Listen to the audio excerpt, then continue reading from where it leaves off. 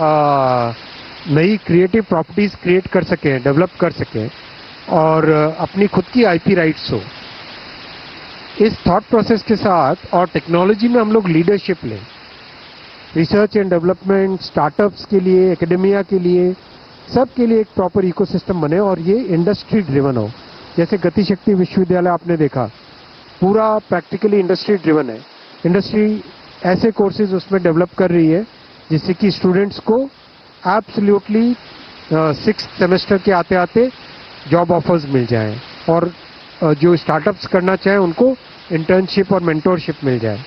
तो वैसे ही thought process इसके पीछे है और स्टेट और एकेडेमिया और इंडस्ट्री के साथ मिलके करेंगे इसको और इसकी और डिटेलिंग अभी आपके सामने मोस्ट प्रोबेबली वेव्स के दौरान आएगी या हो सकता है उससे पहले आपके सामने रखे। बट ये बहुत बड़ा डेवलपमेंट है क्योंकि ये एक टोटली नई थिंकिंग है। इकोनॉमी में जो डेवलपमेंट हो रहा है उसको कैसे हम चैनलाइज करें, कैसे उसको और अपॉर्चुनिटीज में क्रिएट करें। साथियों, बायो इकोनॉमी उतनी ही बड़ी ये इकोनॉमी बायो इकोनॉमी बनने वाली है। इसीलिए आपने देखा पिछले कई कैबिनेट ब्रीफिंग्स में एक के बाद एक बायोटेक्नोलॉजी से संबंधित कई नए प्रोग्राम्स, नए प्रोजेक्ट्स अप्रूव हुए और आपने बायो E3 अभी रिसेंटली देखा था। बायो E3 के फॉलोअप में आज कैबिनेट में माननीय प्रधानमंत्री जी की अध्यक्षता में अप्रूव हुआ है bio manufacturing and bio foundry at an investment of 9,197 crore. The thought process again behind this is that we have achieved great success during the last 10 years in biotechnology. अगर आप ये दोनों कॉलम्स अगर आप देखेंगे यहाँ पर, इन दोनों कॉलम्स में आपको क्लियरली विजिबल होगा किसी भी पैरामीटर पे, एंटरप्रेन्योरशिप पे, स्टार्टअप्स पे, आईटी फाइल्ड पे, फंड्स कमिटेड पे, नंबर ऑफ प्रोडक्ट्स डेवलप पे, किसी पर भी अगर हम देखेंगे तो there is a quantum jump, huge leaps and bounds का जंप है between 2012 and 2023. So that kind of jump was possible because there was a huge thrust on biotechnology.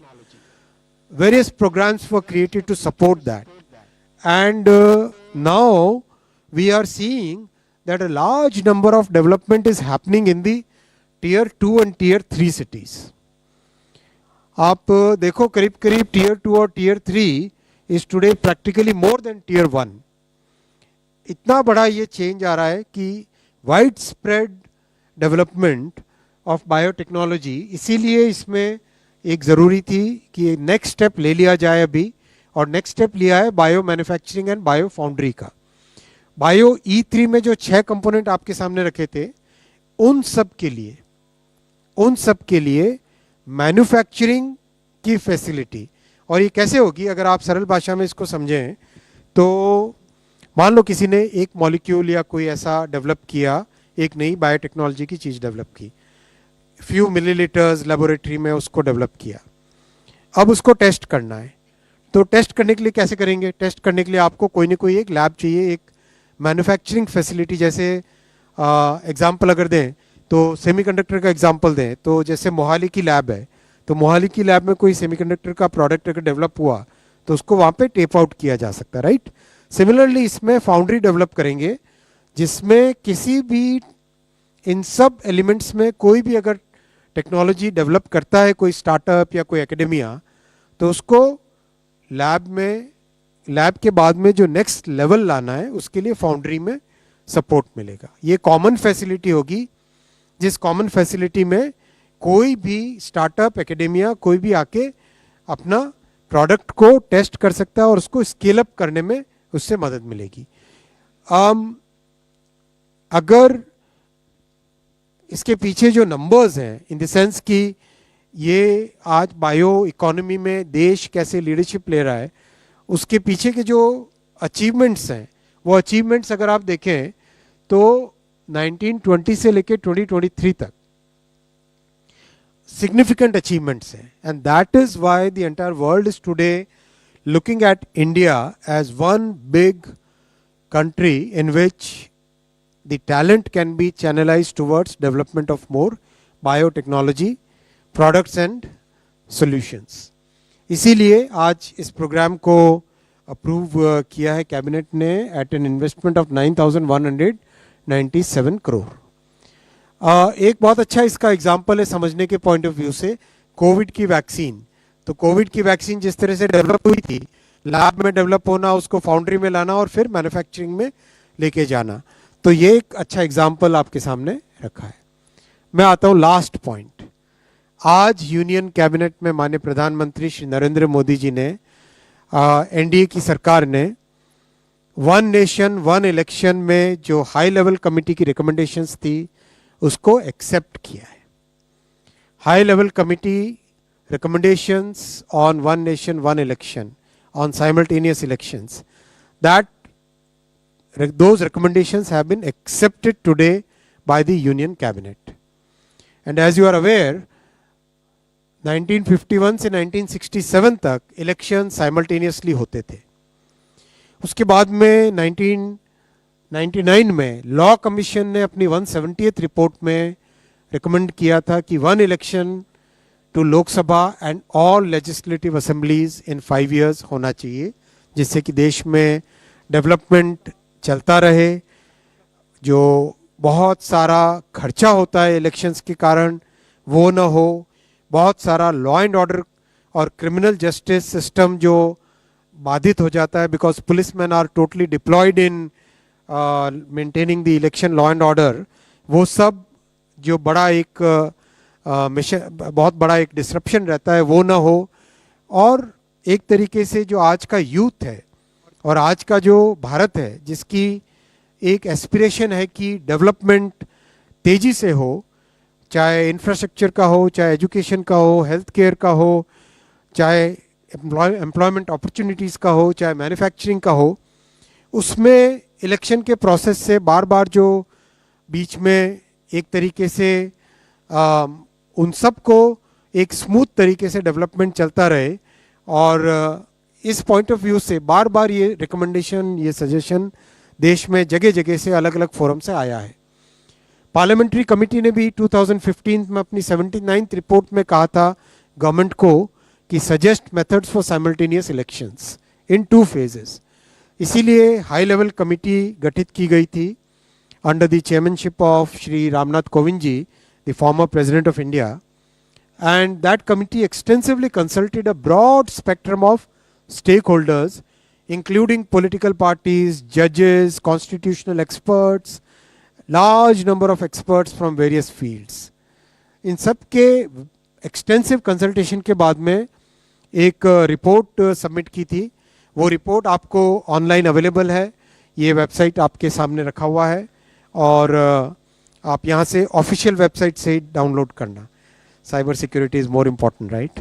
So extensive feedback से आया था कि there is a widespread support for simultaneous elections in the country. There is a widespread support for simultaneous elections in the country. इसीलिए NDA सरकार की cabinet ने आज सर्वसम्मति से इन रिकमेंडेशंस को एक्सेप्ट किया और इसका इम्प्लीमेंटेशन 2 phases में होगा, जैसा कि कमेटी के रिकमेंडेशंस में है. फर्स्ट फेज में लोकसभा और असेंबलीज के इलेक्शंस को साइमल्टेनियस कराने का प्रयास होगा और उसके सेकेंड फेज में लोकल बॉडी इलेक्शन से, जो है ग्राम पंचायत, जिला पंचायत, ब्लॉक में पंचायत समिति और जितने भी अर्बन लोकल बॉडीज़ हैं, चाहे म्यूनिसिपैलिटीज़ हो, चाहे म्यूनिसिपल कमिटीज़ हो, चाहे म्यूनिसिपल कॉरपोरेशन हो, उन सब के लोकल बॉडी इलेक्शंस को with in 100 days of general elections में करवाना, जिससे कि एक बार में सारे इलेक्शन का प्रोसेस कंप्लीट हो और फिर 5 साल तक सब के सब मेहनत करके देश के निर्माण में लगे. अब इस पे जो कमेटी के रिकमेंडेशंस हैं उनको पूरे देश भर में डिस्कशन किया जाएगा वेरियस फोरम्स में. वेदर इट इज आप सबका भी स्वागत है, आप सब भी इसके डिस्कशन में हिस्सेदार बने और सभी नौजवानों को, सभी जो इंडस्ट्री बॉडीज़ हैं, सभी जो दूसरे जितने भी फेडरेशंस, ग्रुप्स, हर एक तरह के जो सोशल ग्रुप्स हैं, उन सब का हम आह्वान करते हैं कि आप सभी इस पॉइंट को डिटेल में डिस्कस कीजिए, साइंटिफिक वे में डिस्कस कीजिए। कैसे वन नेशन वन इलेक्शन से इकोनॉमी को फ़ायदा होगा, कैसे लॉ एंड ऑर्डर को फ़ायदा होगा, कैसे देश की प्रगति बढ़ेगी, कैसे देश का डेवलपमेंट बढ़ेगा, कैसे ब्लैक मनी का संचार कम होगा, कैसे कितने मल्टीपल इसके जो इम्पैक्ट्स हैं उन सब के ऊपर डिस्कशन करें। और एक इम्प्लीमेंटेशन ग्रुप उसके बाद में डेवलप क्रिएट किया जाएगा, जिससे जो लीगल प्रोसेसेस हैं उन प्रोसेसेस से इसको इम्प्लीमेंट करेंगे। तो साथियों, एक बहुत बड़ा फैसला, 7 बड़े फैसले आज लिए गए, ये 7 के साथ आपके सामने मैंने रखे। और बहुत धन्यवाद, आप इतनी बड़ी संख्या में हमेशा कैबिनेट की ब्रीफिंग में आते हैं और इतना पेशेंटली सुनते हैं, उसके लिए धन्यवाद। Now I will open the floor for questions. 152 इसको लगे ही रहने देना, प्रेजेंटेशन को ऑन ही लूप पे सब- चलने दीजिए। हाँ,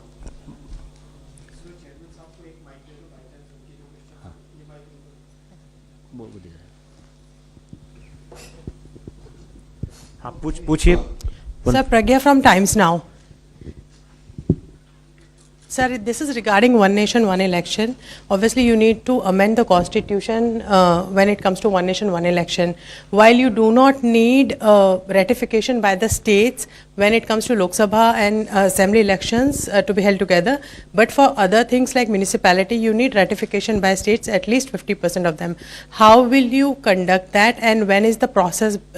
When do you think that this process will start? Because many parties in the opposition are saying that this is not feasible, and they're opposing it. In fact, 12 of the opposition parties have opposed it. How do you plan to implement it? A large number of political parties across the political spectrum have actually supported the One Nation, One Election initiative. When they interacted with the high-level committee, they gave their inputs in a very succinct manner, with a lot of clarity. Our government believes in creating a consensus on items which affect our democracy, our nation in the long run, and this is a subject, this is a topic which really will strengthen our democracy, will know about that. They want to divert the attention of the present issues, from the present issues, this country. Only that's only. They are going to take this up in the next. Let us see. Let us see. Certainly, it is not at all practical. India Alliance is not in favor of it. Congress party is not in favor of it. India Alliance already told this thing earlier. Do you think the allies will also support?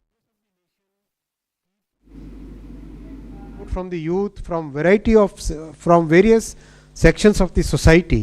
So over next a few months, we will be creating that consensus, and that's why we have very clearly requested everybody that इसमें discussion करिए, detailed discussion करिए, detailed चर्चा करिए, और जो भी विषय आएंगे उन विषयों को address करके आगे बढ़ेंगे. 10 number. Sir, good afternoon. Shishir from Hindu Business Line. Sir, I have two questions. Can we expect a 2029 election on this one nation, one election? I'm talking about the Lok Sabha election. And my second question is, what would be the economic...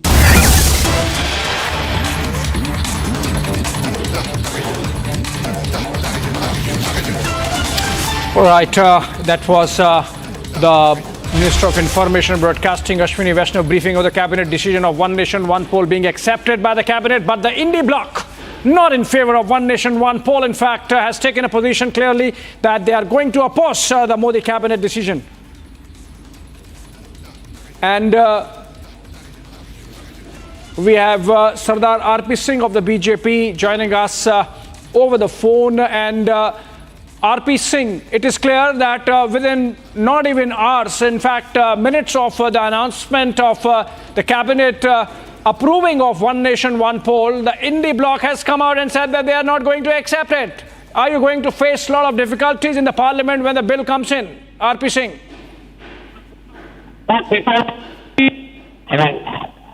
Some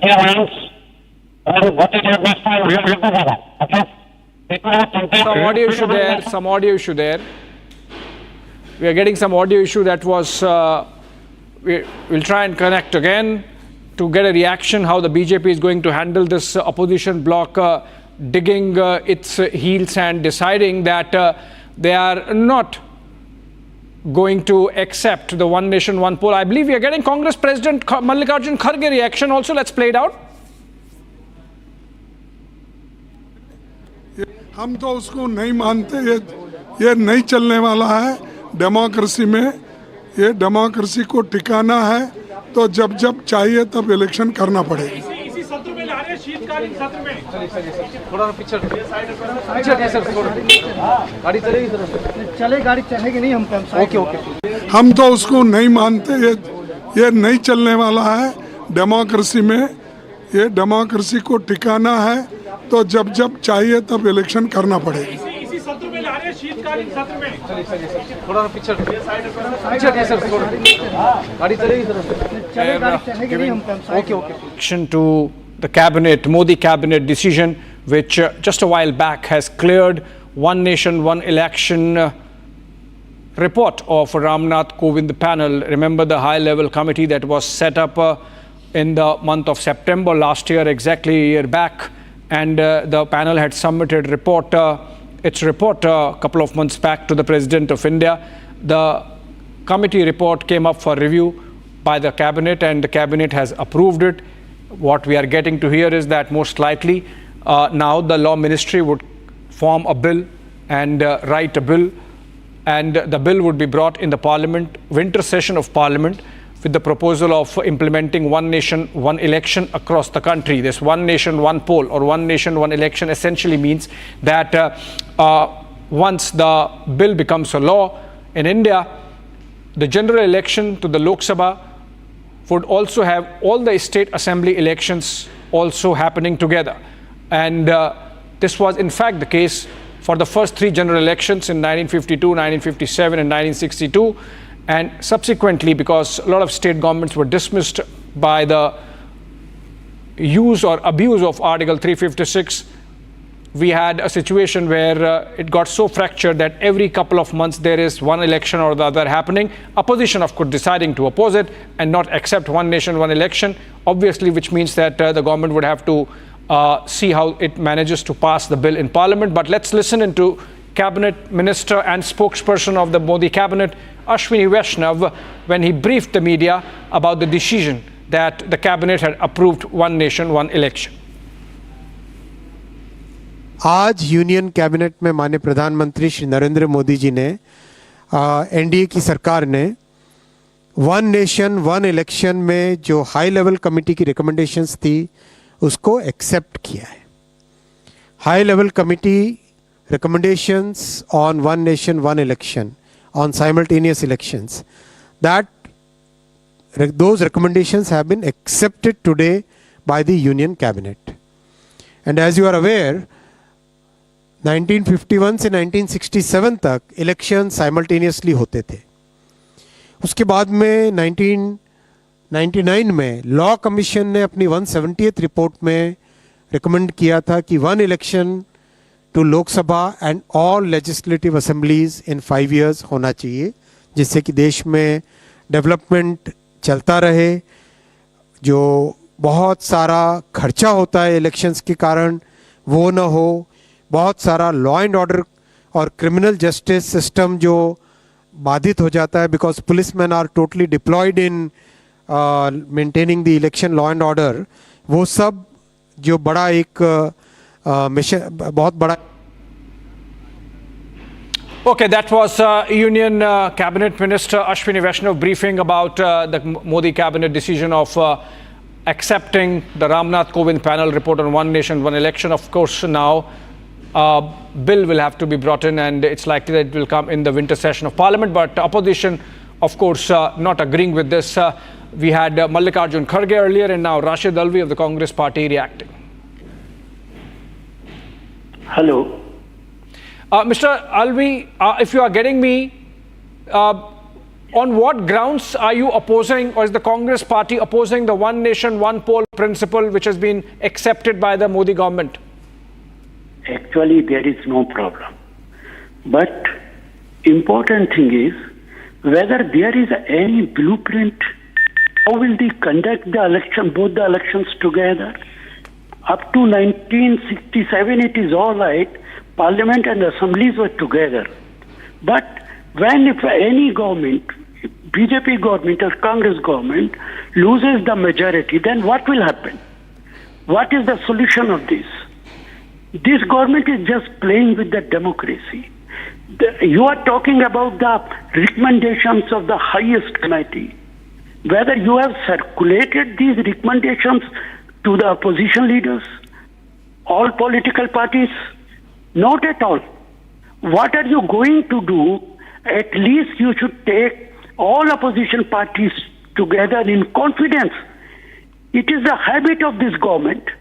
They have brought bill regarding Kashmir, Article 370 without consulting anybody. Kisan bill without consulting anybody. Teen Talaq without consulting any political party. What is happening? It is not the way in any democracy. They don't have respect for democracy. At least we should know what will happen, how will it happen. There is no blueprint. Just all of a sudden you are saying that it will happen. What are the recommendations of the committee? If any assembly, in any assembly, any government loses the majority, then what will happen?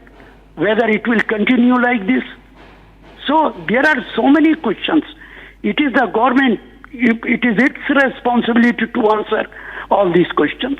Mr. Alvi, Nath Kovind committee, the panel, had the leaders likes of Ghulam Nabi Azad. Most importantly, it held consultations spread over 6 months, 7 months. It invited all political parties. The Congress party might have opposed even then. It's a voluminous 18,000 pages report which includes opinions of all the high courts of the country. It includes opinion from the Election Commission of India. It includes opinion from the Law Commission of India. So it's not that that kind of exercise of consultation has not been done.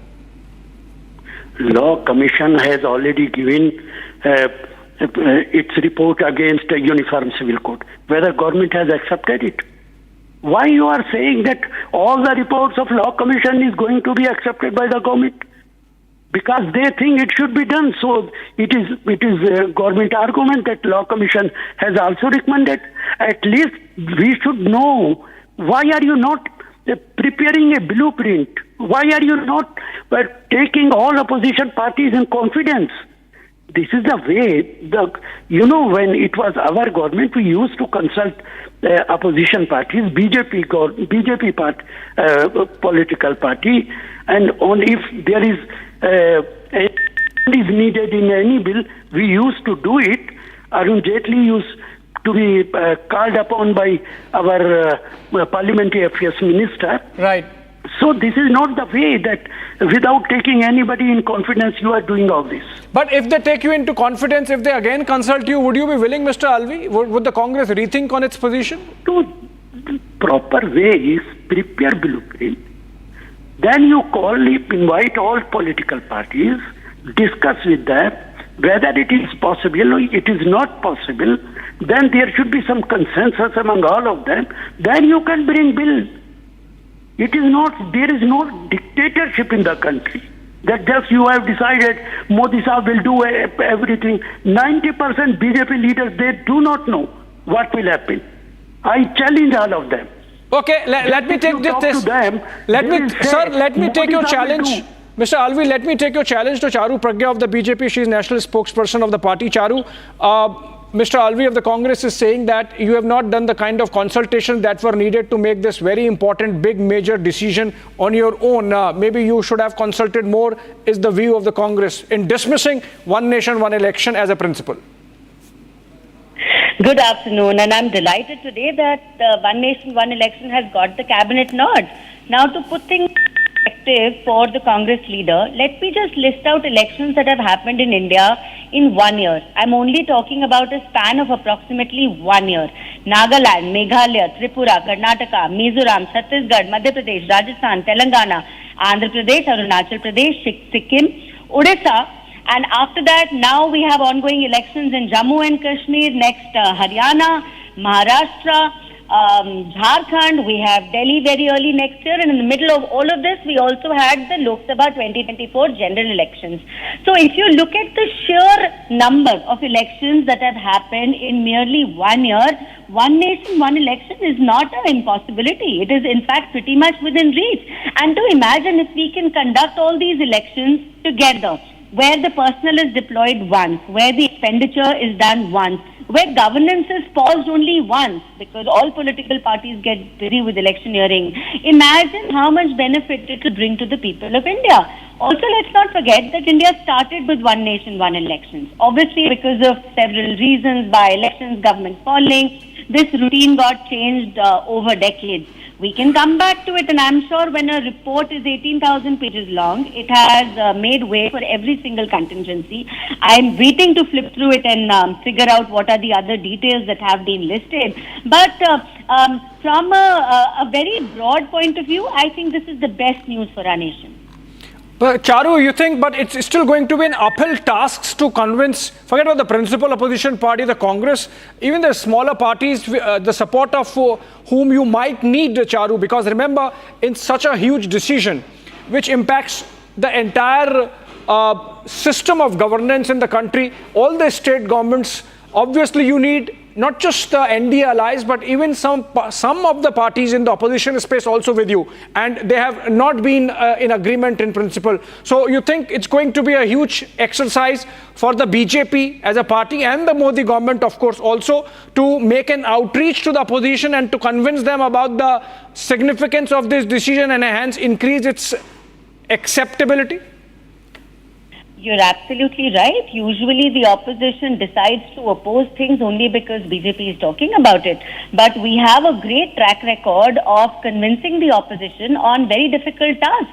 We managed to pass abrogation of Article 370. We passed the Women's Reservation Bill. We passed Triple Talaq, and these were not so easy. And it got done. So even now, I am very confident consensus will be built. And when you're talking about smaller political parties, there's a quick observation I want to make. Traditionally, with the Lok Sabha elections, there are some states which have been going in for elections, like Odisha, like Arunachal Pradesh, Sikkim, Andhra. And in most of these states, BJP has not been. There is no rule which says that if elections happen all together, the national parties benefit. Smaller parties equally benefit. In fact, they have been benefiting. And the end result is the electorate of India is very smart. They know who they want to vote for state elections, for local elections and national elections. We should give them more credit. All right, thank you, Charu. And of course, a huge decision being taken there by the Modi cabinet. Remember, in fact, this is not just about the Ramnath Kovind panel.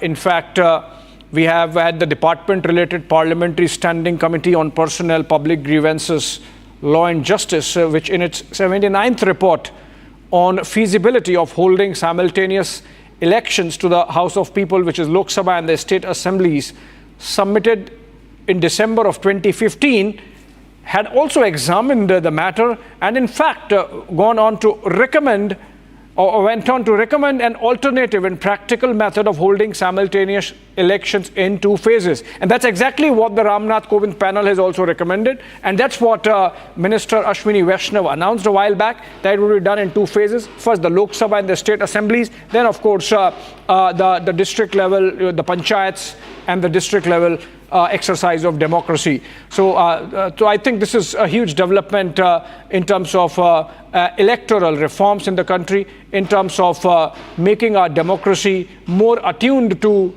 the pace of governance which is needed to make India a developed country by 2047, and which is obviously every Indian's dream. Of course, in many ways, envisioned by Prime Minister, but then, as I mentioned, this is something which every Indian wants. Also, apart from the Parliamentary Standing Committee, the Law Commission of India also in its 170th report, which was on reforms of the electoral laws, had observed that some kind of arrangement is needed by which you can avoid this unending cycle of elections every year, and which goes against the grain of governance, stability and continuity. And to quote the Law Commission of India report, it said the cycle of elections every year and in the out of season should be put an end to. We must go back to the situation where the elections to the Lok Sabha and all the legislative assemblies are held at once. It is true that we cannot conceive or provide for all the situations and eventualities that may arise, whether on account of the use of Article 356 or for other reasons. Yet the holding of a separate election to a legislative assembly should be an exception and not the rule. The rule ought to be one election once in 5 years for Lok Sabha and all the legislative assemblies. That's a comprehensive quote from the Law Commission of India and its 170th report. These are important developments. This is a debate that's going to go on for a few days now and beginning today. And today, of course, the Modi cabinet has decided that India should have one nation, one election, which would be rolled out in 2 phases. First one between the Lok Sabha and the state assemblies clubbed together, and then at the district level. Listen to Union Minister Ashwini Vaishnaw when he announced that decision. आज union cabinet में माननीय प्रधानमंत्री श्री नरेंद्र मोदी जी ने NDA की सरकार ने one nation one election में जो हाई लेवल कमेटी की रिकमेंडेशंस थी उसको एक्सेप्ट किया है. High level committee recommendations on one nation one election, on simultaneous elections, that those recommendations have been accepted today by the union cabinet. And as you are aware, 1951 से 1967 तक election simultaneously होते थे.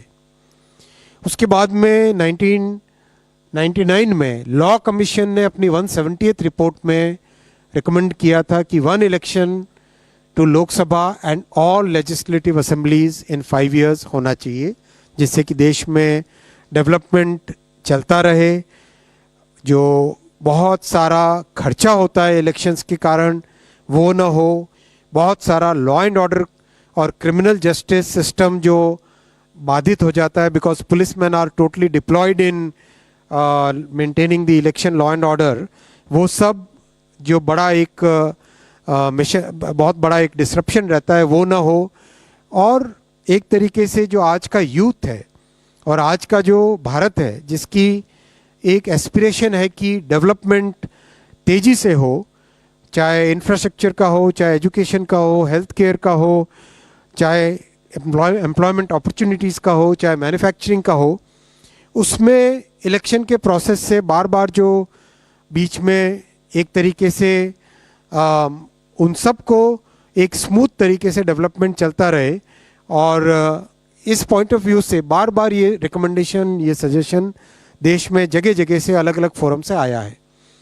Parliamentary committee ने भी 2015 में अपनी 79th report में कहा था गवर्नमेंट को कि suggest methods for simultaneous elections in 2 phases. इसीलिए हाई लेवल कमेटी गठित की गई थी under the chairmanship of Shri Ramnath Kovind ji, the former President of India, and that committee extensively consulted a broad spectrum of stakeholders, including political parties, judges, constitutional experts, large number of experts from various fields. इन सब के extensive consultation के बाद में एक report submit की थी. वो report आपको ऑनलाइन अवेलेबल है, ये वेबसाइट आपके सामने रखा हुआ है और आप यहाँ से ऑफिशियल वेबसाइट से डाउनलोड करना. Cyber security is more important, right? So extensive feedback से आया था कि there is a widespread support for simultaneous elections in the country. There is a widespread support for simultaneous elections in the country. इसीलिए NDA सरकार की cabinet ने आज सर्वसम्मति से इन रिकमेंडेशंस को एक्सेप्ट किया और इसका इम्प्लीमेंटेशन 2 phases में होगा, जैसा कि कमेटी के रिकमेंडेशंस में है. फर्स्ट फेज में लोकसभा और असेंबलीज के इलेक्शंस को साइमल्टेनियस कराने का प्रयास होगा और उसके सेकेंड फेज में लोकल बॉडी इलेक्शन से जो है ग्राम पंचायत, जिला पंचायत, ब्लॉक में पंचायत समिति, और जितने भी अर्बन लोकल बॉडीज़ हैं, चाहे म्यूनिसिपैलिटीज़ हो, चाहे म्यूनिसिपल कमिटीज़ हो, चाहे म्यूनिसिपल कॉरपोरेशन हो, उन सब के लोकल बॉडी इलेक्शंस को with in 100 days of general elections में करवाना, जिससे कि एक बार में सारे इलेक्शन का प्रोसेस कंप्लीट हो और फिर 5 साल तक सब के सब मेहनत करके देश के निर्माण में लगे। अब इस पे जो कमेटी की रिकमेंडेशंस हैं उनको पूरे देश भर में डिस्कशन किया जाएगा वेरियस फोरम्स में। वेदर इट इज़ आप सबका भी स्वागत है, आप सब भी इसके डिस्कशन में हिस्सेदार बने और सभी नौजवानों को, सभी जो इंडस्ट्री बॉडीज़ हैं, सभी जो दूसरे जितने भी फेडरेशंस, ग्रुप्स, हर एक तरह के जो सोशल ग्रुप्स हैं, उन सब का हम आह्वान करते हैं कि आप सभी इस पॉइंट को डिटेल में डिस्कस कीजिए, साइंटिफिक वे में डिस्कस कीजिए।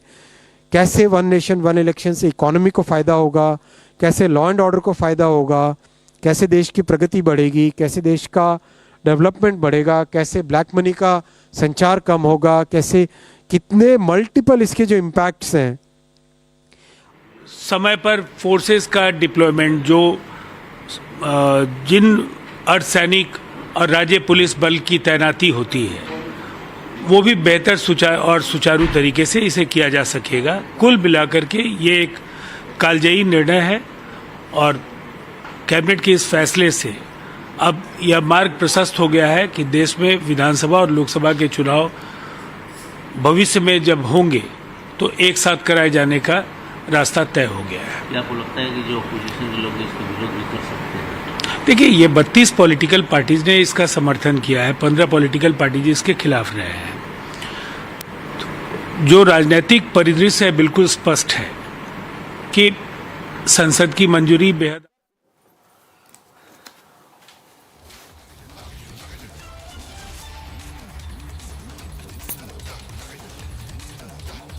Okay, the news briefing that was just coming in from Union Minister Ashwini Vaishnaw, getting in more and more responses from different political parties to the One Nation, One Election. One Nation, One Election. You heard from the Union Cabinet Minister Ashwini Vaishnaw addressing the cabinet briefing. They're saying it will be held in 2 phases. It will be held in 2 phases. Nalin Kohli of the BJP is joining us on the phone line. Nalin Kohli, 80% respondents have agreed with One Nation, One Election. The practicality of it is what many are questioning. I'd like to get your views on that, on addressing that question of it being practical or not.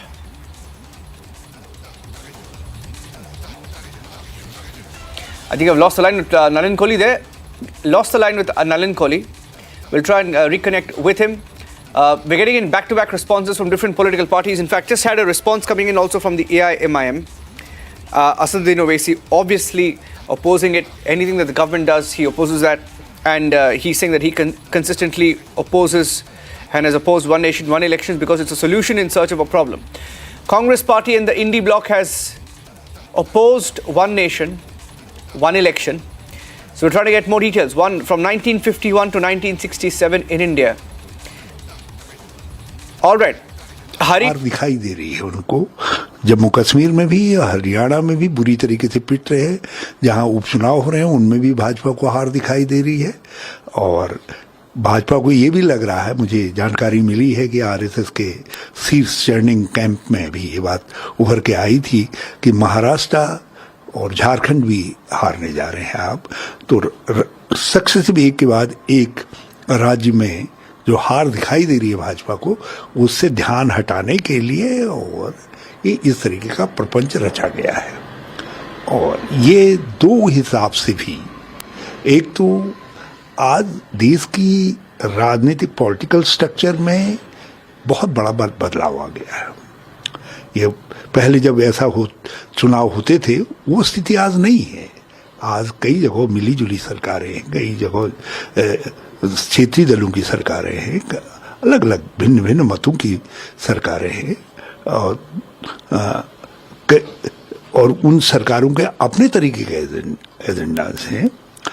उसी में हमारे देश एक विविधतापूर्ण देश भी है। उस देश में आप बदले हुए हिंदुस्तान के ऊपर इस तरीके के आइडिया को नहीं थोप सकते हो। दूसरा कारण जो है, इसके लिए संविधान संशोधन की आवश्यकता पड़ेगी। कई संविधान संशोधन करने पड़ेंगे और इनके पास न लोकसभा में अपने दम पर ये पास करवा सकते, न राज्यसभा में करवा सकते हैं। तो इनको दो में से एक स्थिति, इनको लग रहा था कि एक के बाद एक राज्यों में यदि हम चुनाव हार जाएंगे तो हमारी जो कोलिशन गवर्नमेंट है वो भरभरा करके गिर जाएगी, इसलिए ये इस तरीके का प्रपंच रचा गया है और ये बिल्कुल स्वीकार्य नहीं है। ये देश के संघीय ढांचे के हित में नहीं है। शीतकालीन सत्र में इस विधेयक को लाने जा रही है सरकार। वो कभी भी लाए, लेकिन ये संघीय ढांचे के हित में नहीं है। आज Okay, we're taking a short break here on Republic TV. We are coming back with the live coverage of the cabinet approving one nation, one election. Essentially, if you're watching this broadcast, ladies and gentlemen, across India,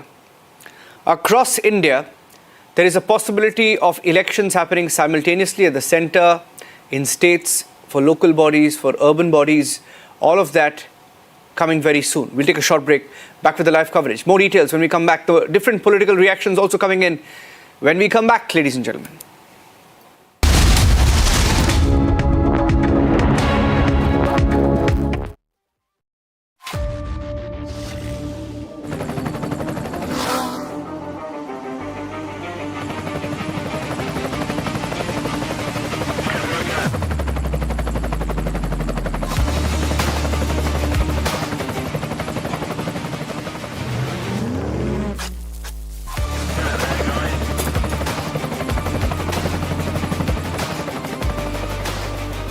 Director, the taste of success.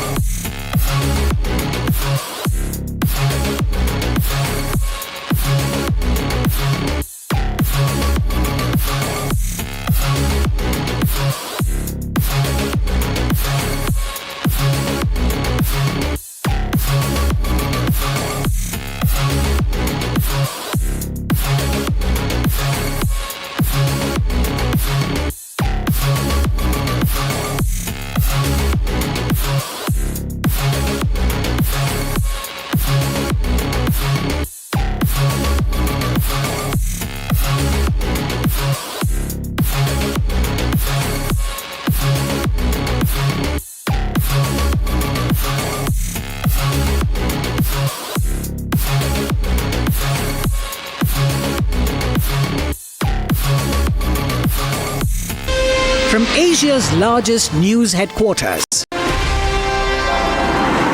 setting the agenda for Bharat.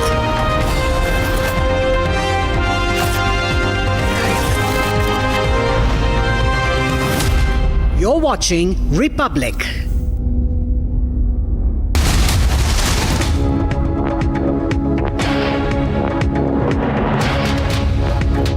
Presented by Royal Global University. Northeast can't wait. Pado kuch bano.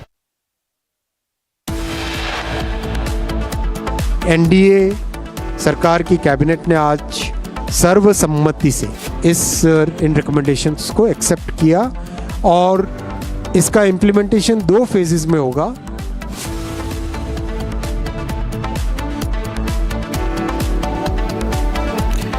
India inches closer to one nation, one election as cabinet led by the Prime Minister accepts the Kovind panel report on ONOP.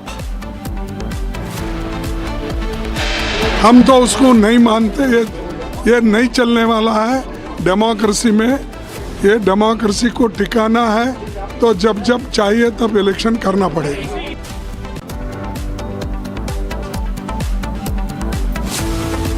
In the bloc going against one nation, one election, Congress says the move is against democracy, opposes one nation, one election.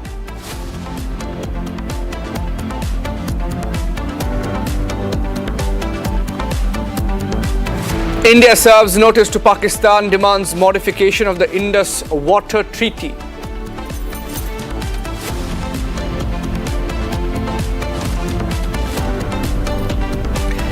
A new era in Naya Kashmir as 24 seats go to polls in Jammu and Kashmir today. BJP versus Congress, NC versus PDP. Over 40% voter turnout till 1 p.m.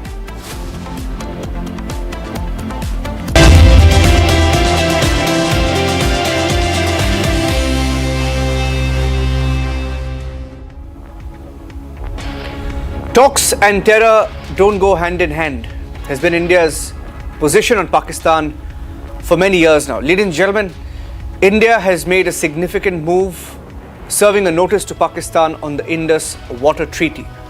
The message is clear that terror and sharing of water cannot go hand in hand. This is a breaking news update, details of which was broken by Republic TV a few minutes back. And I'm getting in more details right now with different political reactions also coming in with the significance of this move. India has now served a formal notice to Pakistan. This was served on the 30th of August this year, seeking a review and modification of the Indus Water Treaty under Article 12(3) of the Indus Water Treaty. And its provision, and under the articles mentioned of the Indus Water Treaty, the provision may from time to time be modified by a duly ratified treaty concluded for that purpose between the two governments.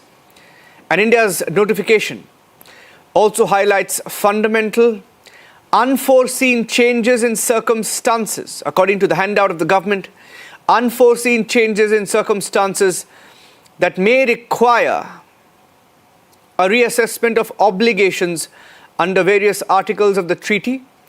Among various concerns, the government says important ones include change in population demographics, environmental issues, need to accelerate development of clean energy to meet India's emission targets, impact of persistent cross-border terror.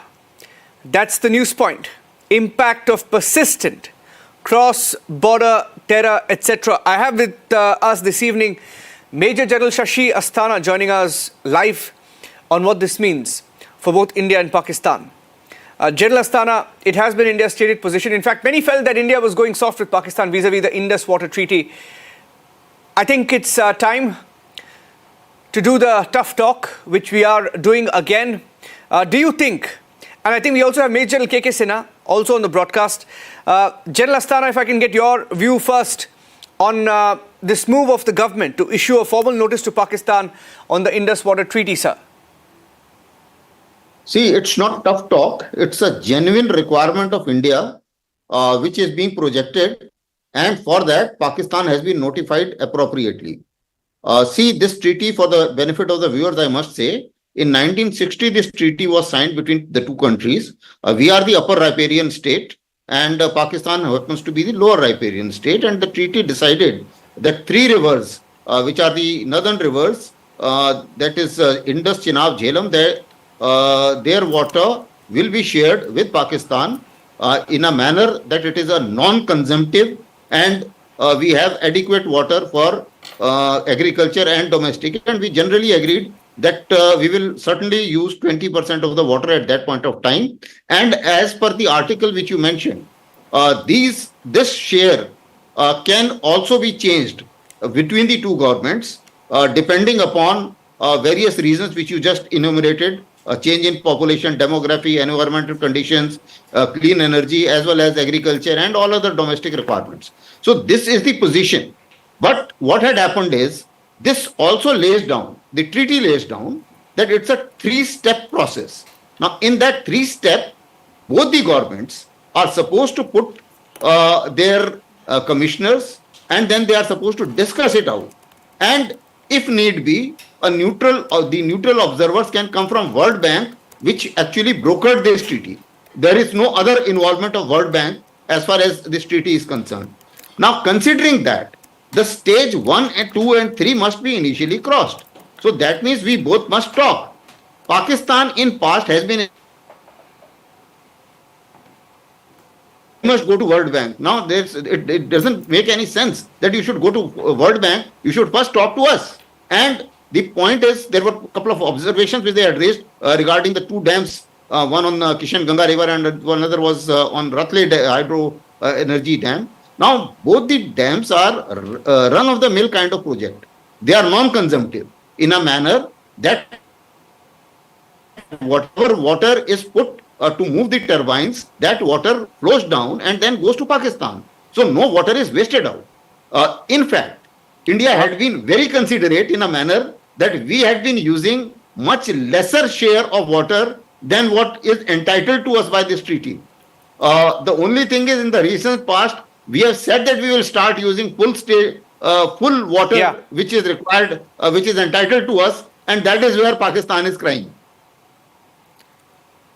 Back to you. So I'll tell you why. I mean, you made a point, General Asthana. I want to bring in General K.K. Sinha as well. The reason I said it's tough talk is because we should have done this a long time back. There is a need to review this. There has been a long-standing demand to review this. Look at the background information that has been handed out by the government in no clear terms. They have said, look at the points mentioned. Change in population demographics, one of the considerations. Environmental issues, need to accelerate development of clean energy to meet India's emission targets, right? Impact of persistent cross-border terror. General Sinha, impact of cross-border terror, that's what caught my eye. And you can't rule out India doing the tough talk, and the message clearly is that terror and sharing water can't go hand in hand. Good evening, sir. What a wonderful, point you have brought it out, and your, eyes have gone to the detail.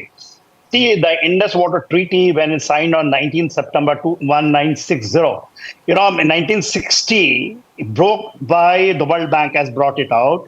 It was totally in the favor of Pakistan. And India has been sitting from last so many years, so many decades, and we are not able to do it. We have been talking in this, and what you have said in the fundamental changes, which the treaty gives you under the Article 12, in bracket 3 of this, Indus Water Treaty. It gives you population, demography, you said, and in end now it says cross-border terrorism, which we have written, and development, which is taking place, demographic changes, which has taken, environment changes, and the clean energy. The point is clean energy. No country, upper riparian, gives it, this much, the way we have given it to, because that time World Bank was with Pakistan. It was not with India. They were favoring because in 1960, they had, because the support of others, India, we have signed it. We have done a great injustice to this country. Look at the river. Look at the river and the way we are now. When we have said even, the 80% of the water of the Western River, it is not the Ranjan River, Indus, Chenab and Jhelum, which is going to them. 20% when we have given that non-consumptions, agriculture and domestic purpose, we can take it 20%. Even we are not taking that because we are making this hydroelectric, everything goes there. Even Eastern River, Ravi, Byas, Satluj, if you will take, you will find that Pakistan has made huge canal system, defensive canal system. And we have been fighting then when we were in service that this is the way, because the whole thing, unrestricted water of these three rivers supposed to come to us. But we have failed in that even. If you go, you'll see the complete defensive canal system of main Punjab area They have built it in this where the World Bank has allotted to us. And that time it was all done by the collusion of Pakistan and the people who were sitting in power that time, the country, because this has to be brought out. And they have unabated wars they have lodged on you, the unabated terrorism. And I'm so glad that you have brought it out. Cross-border terrorism, that is the hallmark of this. And mind you, when they have launched in the riverine area of narco-terrorism, it is going from these areas, Beas, if you see, Ravi, Satluj, we should have choked and diverted the whole water, because even now we can do it. This is the thing, people and your viewers should know about it. India is sitting, somehow we have not able to do it what we have got in hand. Now, of course, the government is doing in a big way. The provision is there in this treaty. Permanent Indus commissions, which has been mandated. We have already crossed 2 steps. Not that, first time. Their people, they have been brought by a special plane when the, Kishan Ganga, which is called Neelam, the Neelam Valley in that, where the actually in Baramulla, the terrorism originating in this area, and we're sitting in a higher position. We are totally dominating. But we have somehow chicken-hatted on this, in this place. We leave it to other things, when we say the whole system, whether it is the Jhelum, Indus, Krishna Ganga, Jhelum, then Chenab, Ravi, Satluj, Beas. See, India, it has been gifted. So we have been gifted with this, and we have been talking about it, how we can utilize this water and divert it to make a grid. We have to turn and make it towards, when we say Ganga and also Jamuna, this thing, and we should bring and take it down south, and towards in the eastern side we can bring it. So I think it is a very good start, and you have brought out wonderful points that we have to fight on the world of terrorism. If a single terrorism should happen, even a single thing, we have got the whole right, and we can go against the World Bank. This also provision is given. General Sinha, I want to make a point here. You spoke about the World Bank. Of course, I mean, it was on behalf of the World Bank that we brokered this treaty. Let me also make a point, General Astana. The treaty was brokered by the World Bank after Pakistan's fear. I'm repeating, after Pakistan's fear that since the source rivers of the Indus basin are in India, it could potentially create droughts and famines in Pakistan during times of war. That was their fear, which is why the World Bank stepped in. We signed the treaty between Jawaharlal Nehru and Ayub Khan. Okay? So it was, in a way, India's largest. It was our largest to sign that treaty. We didn't have to, it was our largest. Okay? And the sum and substance of how precariously we are placed in the situation in Jammu and Kashmir today, there is a view that we need to hurt Pakistan where it hurts the most. They are parched anyway. We need to hurt them where it hurts the most to ensure that cross-border terror is stopped, sir.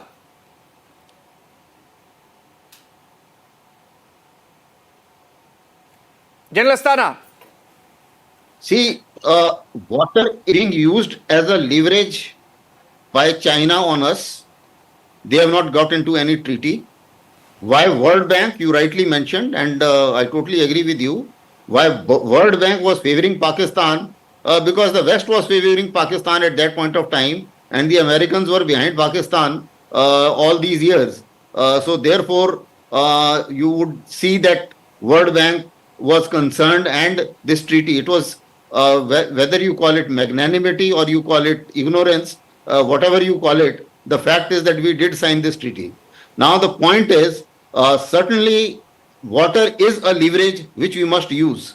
The way Pakistan is propagating terror, certainly we must use all levers of power, and water is one of the lever which we must use. We didn't use it earlier, but certainly time has come when we need to use it to our advantage. That's number one.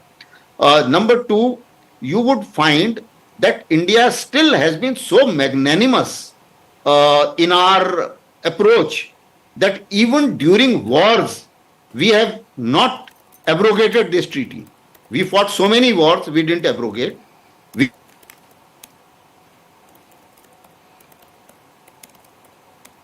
That we never cut down their water whenever, notwithstanding the kind of apprehensions which they would have projected to the western world or otherwise. But then the fact is, it can't be one-way traffic. They have done enough damage to us for various reasons. Now, all what we are saying is, which I think everybody even in the world community appreciates or will appreciate. All what we are saying is, one, we must use all our share of water. Number two, let's sit down and renegotiate, because the ground situations, for all the reasons which you mentioned and what General Sinha also mentioned, all those reasons, with all those reasons, I think there is a need to renegotiate, and you come and sit down and negotiate with us. So that is the essence in which that is India's position, and I think it is absolutely diplomatically, politically correct, as well as it is the need of the hour. And I think government has appropriately given an appropriate notice to them. And now it is up to Pakistan to take a call. They can keep doing whatever they want, even if they don't attend and still decide to go to World Bank, so be it. We are not obliged we will continue to do what we need to do. If we have to build dams, well, so be it. And if we have to utilize that water, so be it. Back to you.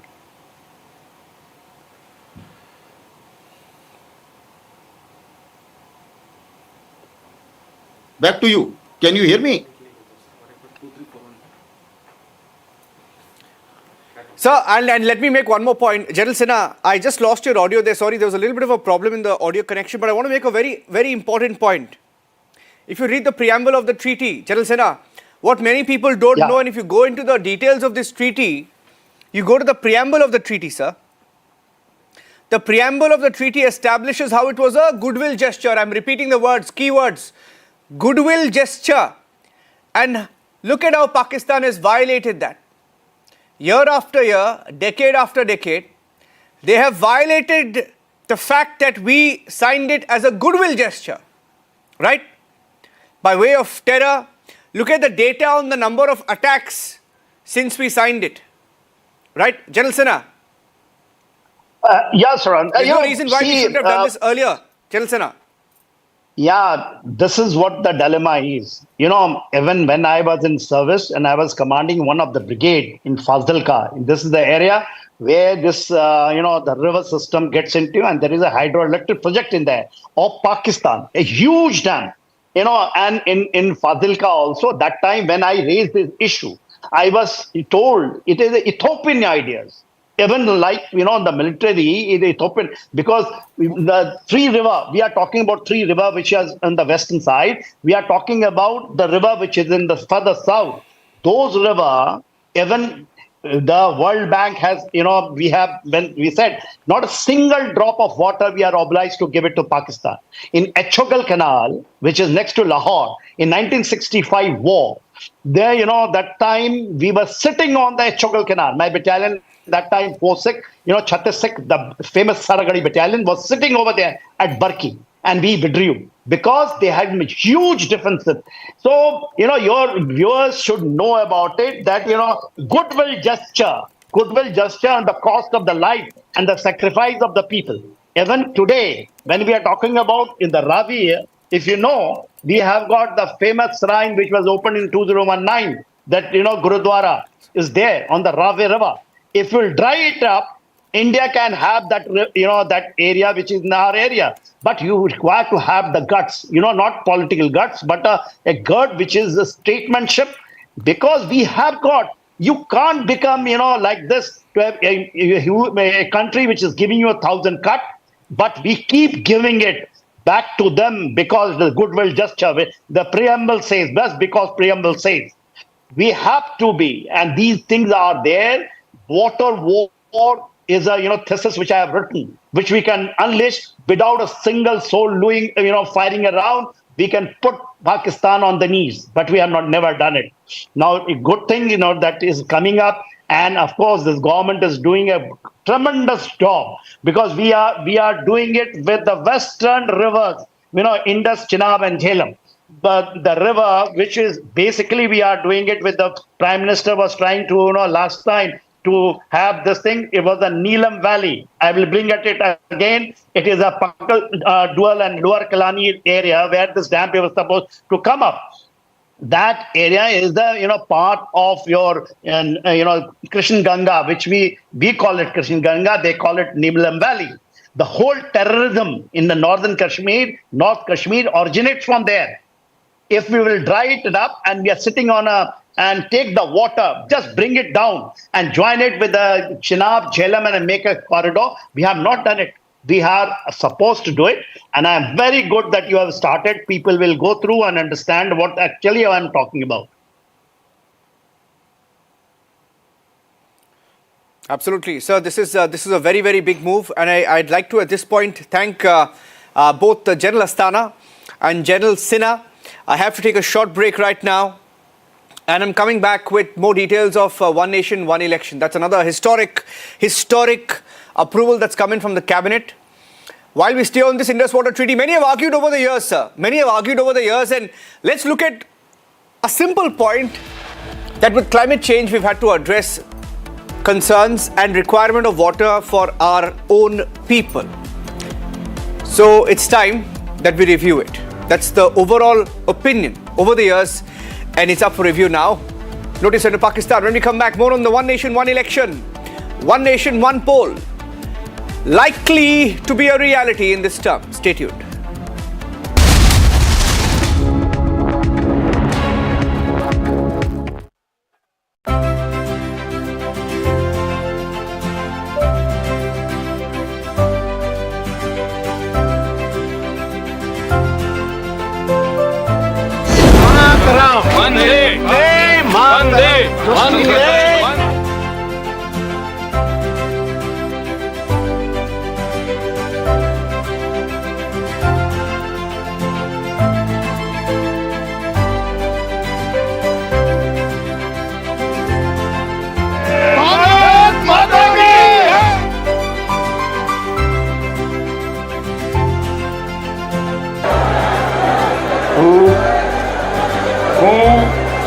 Narendra Damodardas Modi ઈશ્વરના નામે સોગંદ લઉં છું ઈશ્વરના નામે સોગંદ લઉં છું કે કાયદાથી સ્થાપિત ભારતના સંવિધાન પ્રત્યે હું સાચી શ્રદ્ધા અને નિષ્ઠા ધરાવીશ હું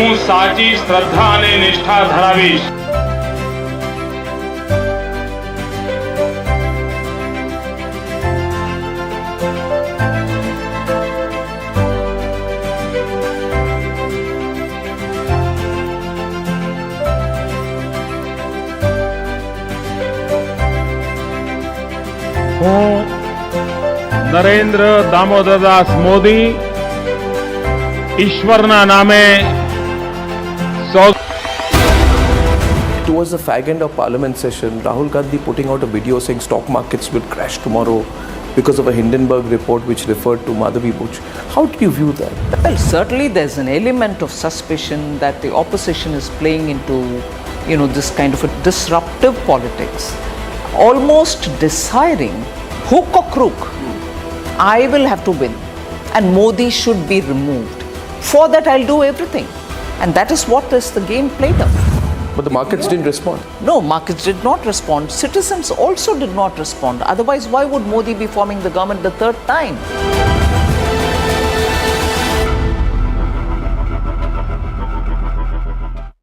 उमर अब्दुल्ला कहते हैं अब जल गुरु को फांसी नहीं देनी चाहिए थी।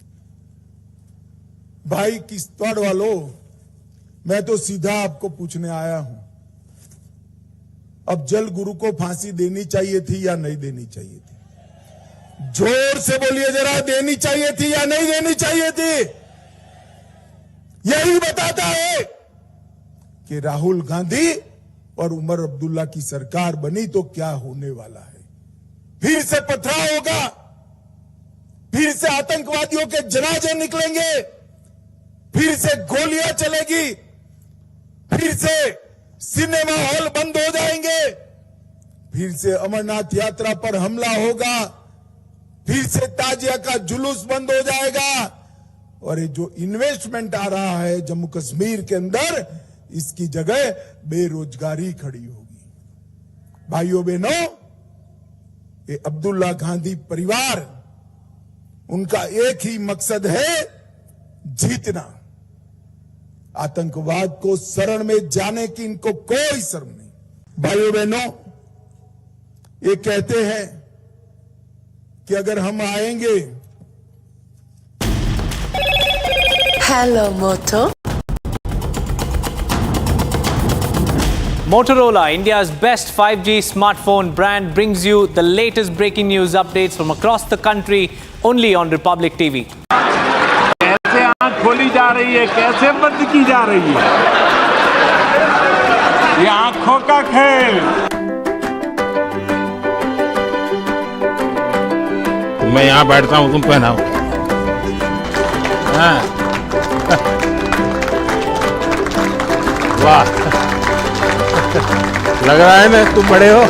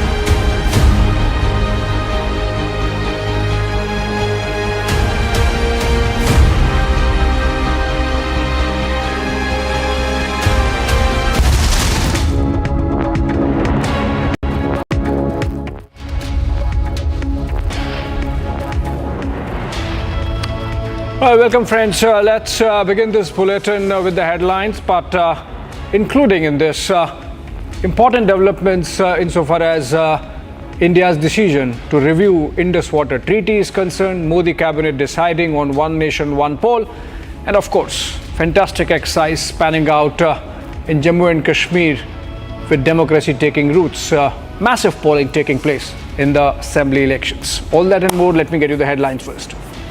Presented by Royal Global University, Northeast can't wait. Pado kuch bano.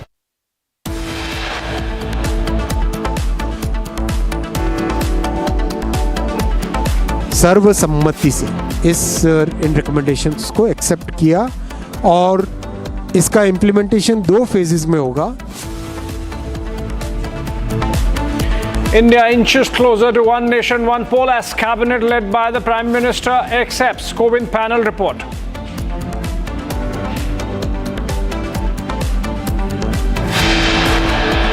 नहीं मानते, ये नहीं चलने वाला है डेमोक्रेसी में। ये डेमोक्रेसी को टिकाना है तो जब जब चाहिए तब इलेक्शन करना पड़ेगा। Meanwhile, India goes against one nation, one poll. Congress says the move is against democracy.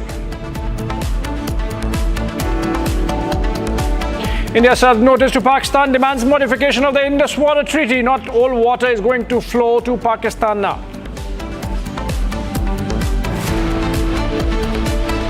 It's a new era in Naya Kashmir as 24 seats go to elections. It's BJP versus Congress, NC versus PDP. 50% plus voter turnout recorded till 3 p.m.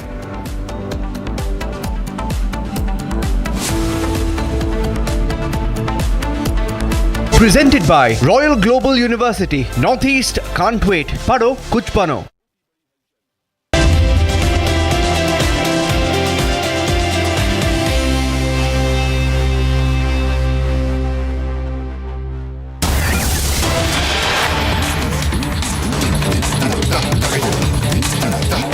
All right, let's begin with the breaking news development coming in connection with the elections that are taking place in Jammu and Kashmir. Today, first phase of polling for the assembly elections to the Union Territory. First, after abrogation of Article 370 in 2019, historic voter turnout being reported in the Union Territory, with Kishtwar, in fact, reporting 70% plus. But overall, Jammu and Kashmir crossing 50% mark by 3 p.m. itself, which means by the time the polling closes, which is going to be about 6 p.m., you can expect that the voter turnout might be touching 70%. Historic voter turnout in Jammu and Kashmir. In fact, the Union Territory had reported massive turnout of voters in the general elections, also with Baramulla voting more than Bombay or Mumbai. And the voter enthusiasm continues for democracy in Jammu and Kashmir. 24 districts that are 24 assembly segments that are reporting polling in 7 districts. And we have some reactions and some sound bites of the voters capturing the enthusiasm from Ramban to Kishtwar to Pulwama to Doda to Kulgam. In fact, we have Zeenat, our correspondent, our bureau chief of Srinagar, live from Anantnag. Zeenat, 50% mark already crossed by 3 p.m. What are we expecting? This is a huge voter turnout in Jammu and Kashmir. Absolutely, Abhishek. We have been seeing, though it was expected, because the people have given a hint when they came out during the Lok Sabha polls, what they are looking for, whether they will participate in the Festival of Democracy, and the same visuals were panning out today also in the South Kashmir, because in South Kashmir we have seen that whether it was Kulgam, Anantnag or Pulwama or the Shopian for that matter, we have been seeing the long queues since morning. In fact, the polling started around 7, but the people had already reached to the polling stations by 6:30, because this is the time of the harvesting in the Kashmir Valley, and the voters were well prepared to cast their vote before before going to the fields to harvest their crop. But meanwhile, it is also seen as politically that the harvesting season is on, because for the last 10 years we have not seen elections in Jammu and Kashmir, and what all these political parties have been sowing in the last 10 years, and this is the time when they have to reap their harvest. Whether this harvest will favor them, that will be declared on the day when the results will be out, because in these elections we have seen National Conference and the Congress stitching their lines when the BJP preferred going solo.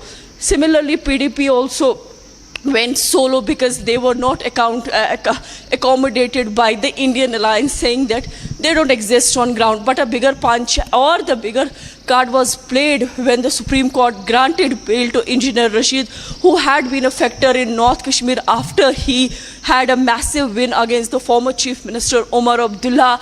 And also it is seen that whether the North will be repeated in South. So a lot of focus was today here in the South Kashmir. In majority of the constituencies, we have been seeing the neck and neck fight between National Conference and the PDP leaders. Some edge is given to again the alliance partner of National Conference and Congress in Kulgam, Mohammad Yusuf Tarigami, who has been a 4-time MLA from the Kulgam. And there you see now Kulgam, the Jamaat factor has given a boost by its people. We have seen Jamaat holding one of the big rallies, but at the same time, if while going through the entire constituency, Jamaat, it hardly is that voter percentage was not the way we have seen the people coming to their rallies. It was somewhere around 20 to 30% of their support who had come to the polling booths. So it seems that it is again an edge to Mohammad Yusuf Tarigami, the CPIM leader, who has been ruling this Kulgam constituency for the last 4 assemblies.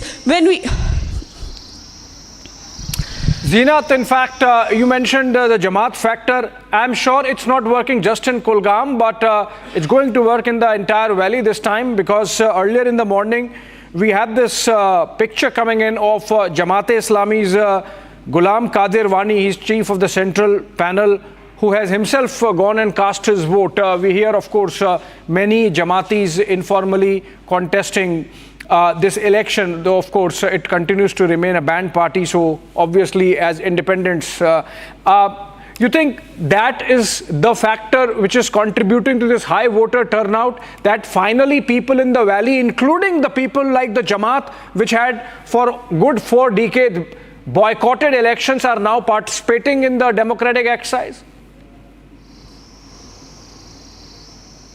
See, Abhishek, if we go through the events on the ground or we read the politics of the Kashmir Valley when it comes to the Jamaat has boycotted the polls post 87 after the rigging of the elections were done. But Jamaat was always silent and their vote bank was intact. And they in alliance, under the graph, they would alliance with the PDP, and those people would support PDP. This time, if the Jamaat is voting for its own candidates, the cadre is voting for its independence candidates, definitely it is going to give dent to PDP in South Kashmir. As far as the Jamaat rally is concerned, or the Amiri Jamaat coming out and vote, it won't have much impact, because larger the people you talk, they will tell you that these are the people who have been till yesterday calling for boycott of elections. They have been talking about the separatism. Yeah. They had made an alliance with All Party Hurriyat Conference to push Kashmir issue through UN intervention. So lot of factors are there involved with the Jamaat.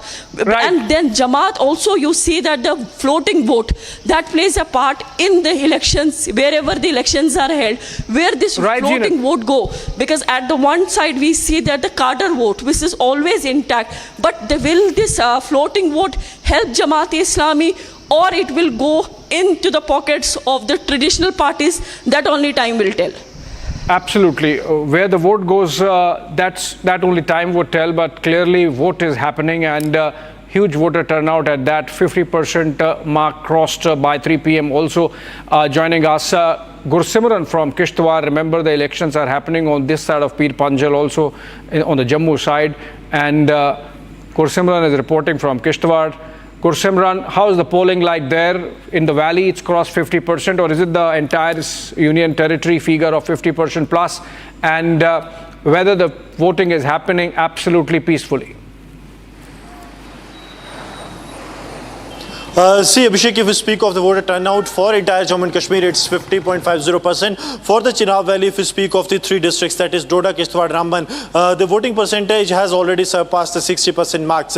Even in the constituencies like Inderwal, the voting percentage has surpassed the 72% mark by 3 p.m. Now, if we speak of the ongoing polls, the polls have been peaceful, except an incident where the BJP candidate and the daughter of BJP leader Ajit Parihar, who was killed by the terrorists in 2018. Shagun Parihar was she was heckled by the candidate from the People's Democratic Party, Firdaus Taq. And when she reported it, she objected to it, the police came into her rescue. Even the policemen were also heckled as per the allegations that are being made by the BJP. We saw the PDP candidate also charging towards the police officials, trying to assault them, though he was stopped by the paramilitary force that was there, and there was a huge drama. The voting stopped for roughly 30 minutes. Now the sector magistrate has given a report to the SSP Kishtwar regarding the same, and that will be forwarded to the chief electoral officer. But as we speak, you will see that the security has been beefed up. Today morning we saw the securities were limited only to the polling stations, but now at the entrance to the polling stations, the roads leading to the polling stations, there also the security has been beefed up. The Jammu and Kashmir police along with the paramilitary forces have been deployed in large numbers.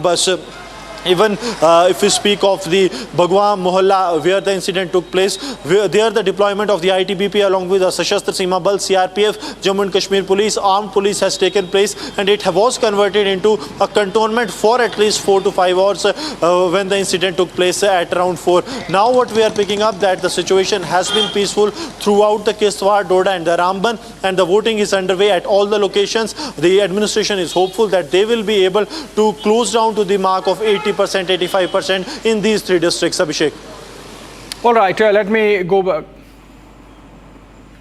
Okay, stay with us, Gursimran and Zeenat also. In fact, we are getting to hear that Iltija Mufti has spoken a while back. Remember, she's contesting from Bij Behera, a family stronghold. Let's listen to Iltija Mufti of the PDP. Iltija, how has been the journey so far? It's been exhilarating, it's been incredible. I received so much love, I received genuine affection, and for that I'm truly grateful. It's been an honor to even campaign here. How's it like neck and neck between NC and PDP? It's wonderful. It's good that there's a tough competition because I know I'm going to win, inshallah. And when I win, I don't want fingers pointed at me, and I don't want people to say that Iltija Mufti, the Dinah's, got her victory, first victory handed on a platter. So I am going to earn my win. I'm going to earn every vote. A lot of scuffle has taken place yesterday also. A lot of videos have been on the social media. How do you see this? Well, NC has always behaved like hoodlums, like hooligans. They attacked Barkati Saab's daughter yesterday, Sajan Barkati's daughter. She suffered grievous injuries. They attacked one of our workers from Khiram a few days ago. He suffered leg injuries. So NC has always had, they behave like gundas. But I want to tell them that we're going to put an end to your gunda raj. We will not allow you to get away with this hooliganism.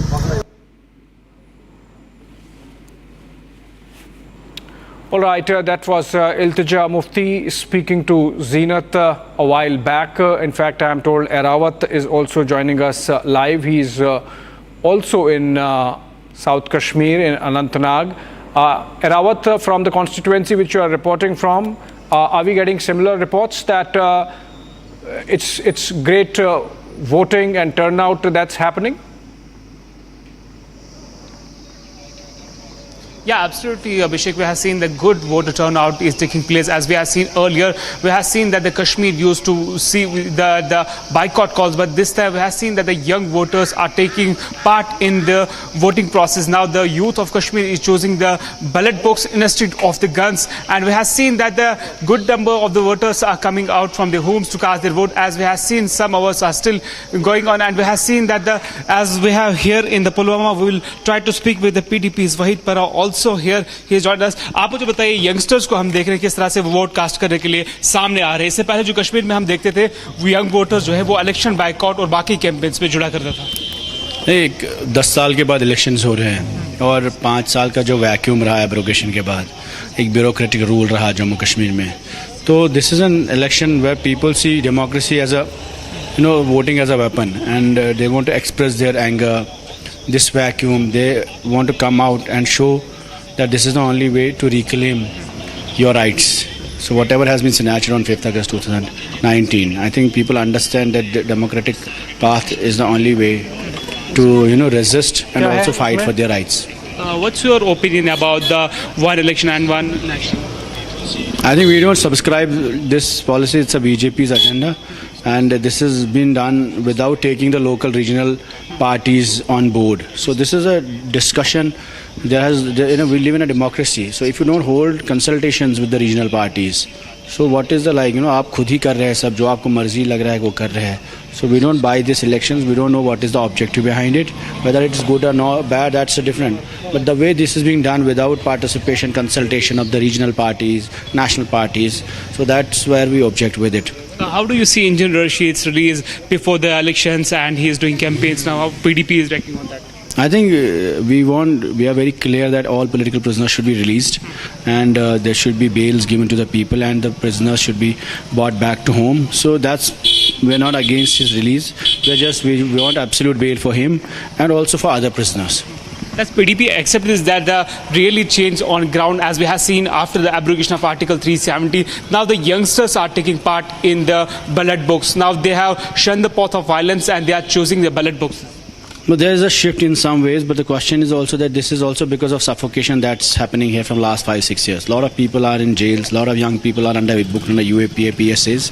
So people want to come out and express their anger in a democratic form. I think this is not, the government cannot take credit of this participation. The credit goes to the people of Kashmir, to the youth of Kashmir, and to the elders who are supporting this process. This is purely happening with the participation of locals. How do you see the competition here in Pulwama on your seat? Jammu Kashmir में लोकतंत्र का main streaming किया है. हमने तो वो ज़माना भी देखा कि जब रिटर्निंग ऑफिसर सारे के सारे नामांकन पत्र रद्द कर देते और सत्ताधारी दल के कैंडिडेट को बिना चुनाव के अनकंटेस्टेड घोषित कर देते एमएलए. फिर उसके बाद थोड़ा वक्त बदला, 8-10% मतदान होने लगा, सांसद भी बन जाते, विधायक भी बन जाते, सरकारें भी बन जाती. हमने तो एक बार संसद में भी ये कहा था कि कुछ एक न्यूनतम थ्रेशोल्ड होना चाहिए. ये मोदी जी ने इस तरह से माहौल खोला है कि कश्मीर हो या जम्मू संभाग हो, हमने डीडीसी के चुनाव में देखा, जो पहली बार मोदी जी के आने के बाद हुआ, 70-80% तक चुनाव वहां पर मतदान रहा। और हाल ही में हुए लोकसभा में भी लगभग उतना ही जितना औसतन राष्ट्रीय स्तर पर। और आज आप देख रहे हैं जैसे जैसे दिन आगे बढ़ रहा है, भारी परसेंटेज, भारी प्रतिशत मतदान होने वाला है। और सबसे बड़ा यही सही माने में उत्सव है लोकतंत्र का, जिसे फेस्टिवल ऑफ डेमोक्रेसी कहते हैं। उसका एहसास पहली बार जम्मू कश्मीर में मोदी जी ने करवाया है।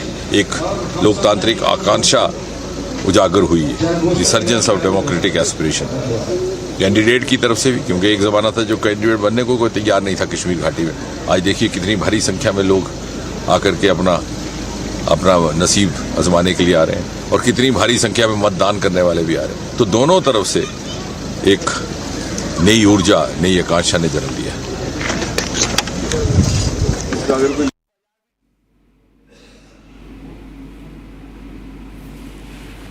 For what?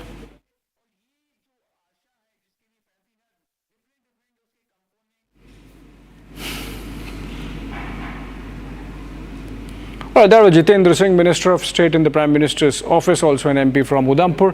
I would thank Zeenat, Gursimran and Erawat for joining us, but still staying with the story. Let me get you some other election-related stories from Jammu and Kashmir itself.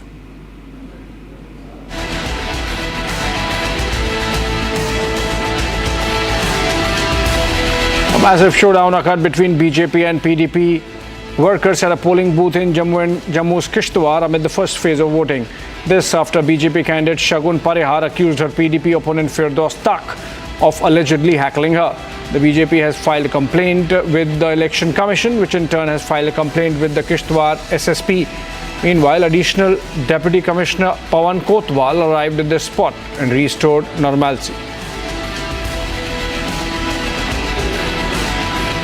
हमारे यहाँ पर second magistrate है, उनको हमने direction दी है कि आप 30 minute के अंदर जो यहाँ पर इंसिडेंट हुआ इसकी फैक्चर रिपोर्ट देंगे, उसके बाद देख लेंगे क्या है उसमें क्या निकलता है। तो सर फैक्चर रिपोर्ट क्या इलेक्शन कमीशन ऑफ इंडिया को जाएगी? हाँ, एसएसपी साहब को देंगे, उसके आगे एसएसपी साहब खुद भेजेंगे। तो सर एक्शन कब तक माना जाए कि इनिशिएट होगा बेस्ड ऑन फैक्ट्स? वो देखते हैं क्या निकलता है उसमें। Recorded one of the highest voter turnouts across 7 districts that are going to polls today. The turnout in Doda stood at 50% at 1 p.m. with citizens turning up in large numbers to exercise their franchise. After casting his vote, Jammu and Kashmir National Conference candidate from Doda Assembly constituency Khalid Najib Sohrawardi also urged people to turn up to vote in large numbers. बड़ा अच्छा है, बड़ा पुरअमन, सही voting अच्छे तरीके से हो रही है। इंशाल्लाह नेशनल कॉन्फ्रेंस कामयाब हो जाएगी इंशाल्लाह पूरे स्टेट में। High security arrangements are in place in Srinagar ahead of Prime Minister Narendra Modi's visit to address a rally on Thursday. Officials stated that the venue of PM's speech has already been secured. They added that a 3-tier security cover will be in place around the venue. Snipers and sharpshooters will also be positioned in the buildings around the spot.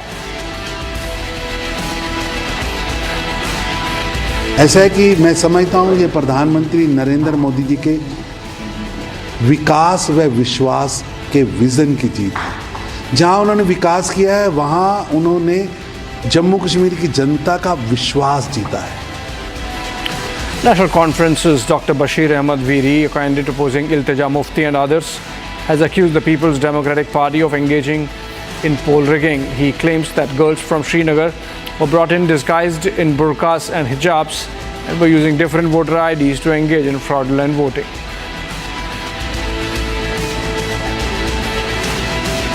हमने observe किया as a candidate, मैंने observe किया यहाँ पे पास practice भी इनकी रही है कि बोगस वोटिंग कराते हैं। एक मंसूबे के तहत एक ग्रुप ऑफ गर्ल्स को लाया जाता है, उनको बुर्का पहनाया जाता है और फेक वोटिंग कराई जाती है। उनकी आइडेंटिटी अगर हमारे बंदे उनको कहें एजेंट अपनी आइडेंटिटी रिवील करें, उनको डांटा जाता है मज़हब का सहारा लेके, और उसके बाद वो एक एक बंदा कोई 30-30, 40-40 वोट डालता है हर एक पोलिंग बूथ में, खास कर ये जो 6 पोलिंग बूथ है जहां हम इस वक्त खड़े हैं। All right, moving on to another big development that has taken place. The Union Cabinet earlier gave its nod to One Nation, One Election proposal, one of the key promises of the BJP. The bill is likely to be tabled in the House during the winter session of Parliament. Nitish Kumar, JDU, and Chirag Paswan's LJP have supported the proposal. The move comes just a day after Home Minister Amit Shah said that one nation, one election will be a reality in the third term of Prime Minister Narendra Modi. Take a look. Extensive feedback से आया था कि there is a widespread support for simultaneous elections in the country. There is a widespread support for simultaneous elections in the country. इसीलिए NDA सरकार की cabinet ने आज सर्वसम्मति से इन रिकमेंडेशंस को एक्सेप्ट किया और इसका इम्प्लीमेंटेशन 2 फेजेस में होगा, जैसा कि कमेटी के रिकमेंडेशंस में है। फर्स्ट फेज में लोकसभा और असेंबलीज के इलेक्शंस को साइमल्टेनियस कराने का प्रयास होगा और उसके सेकंड फेज में लोकल बॉडी इलेक्शन से जो है ग्राम पंचायत, जिला पंचायत, ब्लॉक में पंचायत समिति और जितने भी अर्बन लोकल बॉडीज़ हैं, चाहे म्यूनिसिपैलिटीज़ हो, चाहे म्यूनिसिपल कमिटीज़ हो, चाहे म्यूनिसिपल कॉरपोरेशन हो, उन सब के लोकल बॉडी इलेक्शंस को with in 100 days of general elections में करवाना, जिससे कि एक बार में सारे इलेक्शन का प्रोसेस कंप्लीट हो और फिर 5 साल तक सब के सब मेहनत करके देश के निर्माण में लगे। अब इस पे जो कमेटी की रिकमेंडेशंस हैं उनको पूरे देश भर में डिस्कशन किया जाएगा वेरियस फोरम्स में। वेदर इट इज़ आप सबका भी स्वागत है, आप सब भी इसके डिस्कशन में हिस्सेदार बने और सभी नौजवानों को, सभी जो इंडस्ट्री बॉडीज़ हैं, सभी जो दूसरे जितने भी फेडरेशंस, ग्रुप्स, हर एक तरह के जो सोशल ग्रुप्स हैं, उन सब का हम आह्वान करते हैं कि आप सभी इस पॉइंट को डिटेल में डिस्कस कीजिए, साइंटिफिक वे में डिस्कस कीजिए। कोई भी जब प्रिंसिपल्स डिसाइड होते हैं, अब उन प्रिंसिपल्स को आगे प्रोग्राम्स में कन्वर्ट करना होता है, प्रोग्राम्स को आगे इम्प्लीमेंटेशन में लाना होता है। तो ये जो प्रोसेस है, ये प्रोसेस बहुत ही डिटेल्ड कंसल्टेशन के साथ करेंगे। जो आपने कहा हाई लेवल कमेटी के दौरान भी कंसल्टेशंस हुए थे, यस कंसल्टेशंस हुए, बहुत एक्सटेंसिव हुए और उसके कारण जो प्रिंसिपल्स डिसाइड हुए वो प्रिंसिपल्स को आगे इम्प्लीमेंट करना है। उस इम्प्लीमेंटेशन के लिए मान लीजिए कॉमन इलेक्टोरल रोल, एक पूरे देश में एक कॉमन इलेक्शन की जो रोल है वो होना चाहिए, वोटर लिस्ट होनी चाहिए। तो वो वोटर लिस्ट राज्य सरकार के सहयोग के से ही बन पाएगी। सेंट्रल इलेक्शन कमीशन और स्टेट इलेक्शन कमीशन दोनों मिलके ही उसको कर पाएंगे ना। तो उसके लिए फिर डिटेल डिस्कशन चाहिए, उसके लिए राज्य सरकारों के साथ चर्चा चाहिए, दोनों कमीशंस के आपस में डिस्कशंस चाहिए। फिर फेजिंग आउट करनी है, तो फेजिंग आउट किस तरह से होगी, फिर लॉ एंड ऑर्डर का जो पुलिस का डिप्लॉयमेंट फोर्स है वो देखना होगा, कितना ईवीएम्स चाहिएगा, कितना उसका कितना प्रोक्योरमेंट करना होगा, ये सारी चीज़ों में बहुत बड़ा डिस्कशन चाहिए। सर मेरा सवाल है सर, कब तक इम्प्लीमेंट करेंगे वन नेशन वन इलेक्शन, और दूसरा उसके लिए कॉन्स्टिट्यूशन अमेंडमेंट करना पड़ेगा, आपको 2/3 बहुमत की जरूरत पड़ेगी, वो कहाँ से जुटाएंगे आप? मैंने कहा आपसे अब विस्तृत चर्चा करेंगे और बहुत ही विस्तृत चर्चा करके कंसेंसस डेवलप करेंगे, बिल्डअप करेंगे, देश में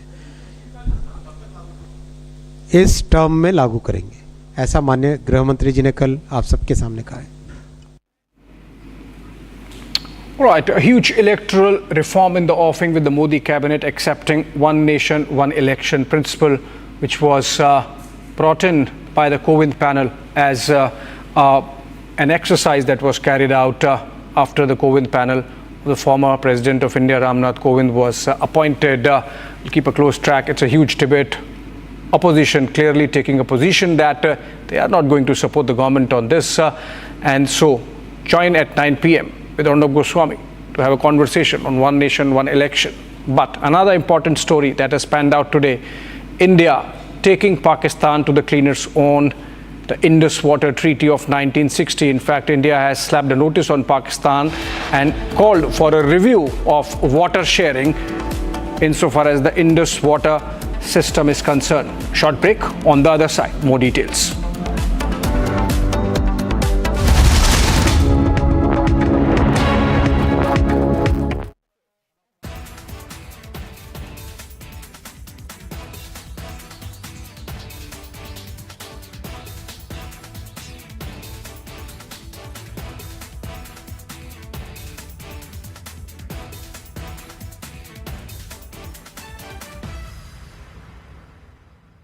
उमर अब्दुल्ला कहते हैं अफजल गुरु को फांसी नहीं देनी चाहिए थी। भाई किश्तवाड़ वालों, मैं तो सीधा आपको पूछने आया हूं, अफजल गुरु को फांसी देनी चाहिए थी या नहीं देनी चाहिए थी? जोर से बोलिए जरा, देनी चाहिए थी या नहीं देनी चाहिए थी? यही बताता है कि राहुल गांधी और उमर अब्दुल्ला की सरकार बनी तो क्या होने वाला है। फिर से पथराव होगा, फिर से आतंकवादियों के जनाजे निकलेंगे, फिर से गोलियां चलेगी, फिर से सिनेमा हॉल बंद हो जाएंगे, फिर से अमरनाथ यात्रा पर हमला होगा, फिर से ताजिया का जुलूस बंद हो जाएगा और ये जो इन्वेस्टमेंट आ रहा है जम्मू कश्मीर के अंदर, इसकी जगह बेरोजगारी खड़ी होगी। भाइयों बहनों, Nothing's right, nothing's wrong, बस दिल की सुनता जावा। तू भिड़ जावा, तू लड़ जावा, तू खो जावा, जहां जावा तू छा जावा।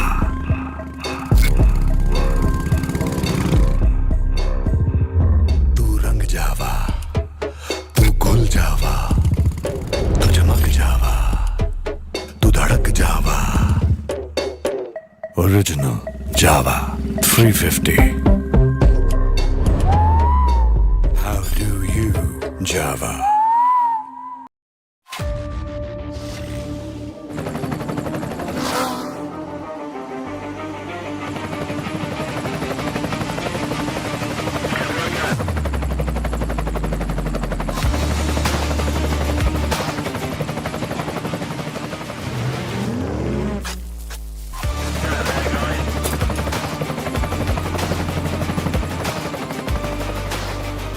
Director, the taste of success.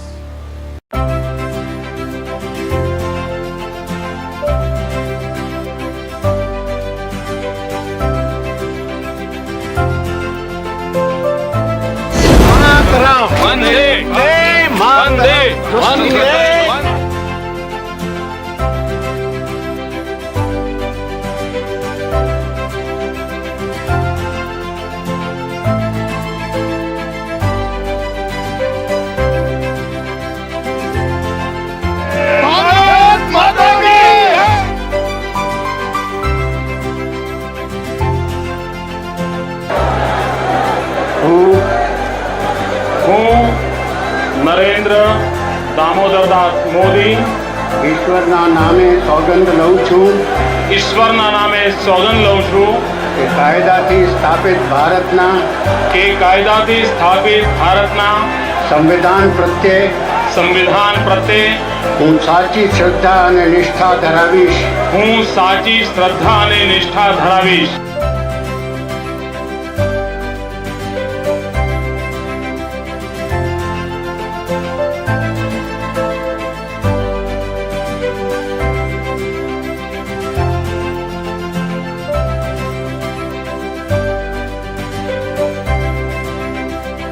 હું નરેન્દ્ર દામોદરદાસ મોદી ઈશ્વરના નામે સોગંદ લઉં છું કે કાયદાથી સ્થાપિત ભારતના સંવિધાન પ્રત્યે હું સાચી શ્રદ્ધા અને નિષ્ઠા ધરાવીશ। इस समय सारे देश में जो जनता का मूड है, उस मूड को देखते हुए और साथ ही साथ अपने पूरे कैडर की जनभावनाओं को देखते हुए भारतीय जनता पार्टी के संसदीय बोर्ड ने यह फैसला किया है कि श्री नरेंद्र मोदी को आगामी लोकसभा चुनाव के लिए प्राइम मिनिस्ट्रियल कैंडिडेट के रूप में प्रोजेक्ट किया जाए। मैं नरेंद्र दामोदरदास मोदी ईश्वर की शपथ लेता हूं कि मैं विधि द्वारा स्थापित भारत के संविधान के प्रति सच्ची श्रद्धा और निष्ठा रखूंगा। देश को भ्रष्टाचार और काले धन रूपी दिमक से मुक्त कराने के लिए एक और सख्त कदम उठाना जरूरी है। आज मध्यरात्रि यानी 8 नवंबर 2016 की रात्रि को From Asia's largest news headquarters, setting the agenda for Bharat.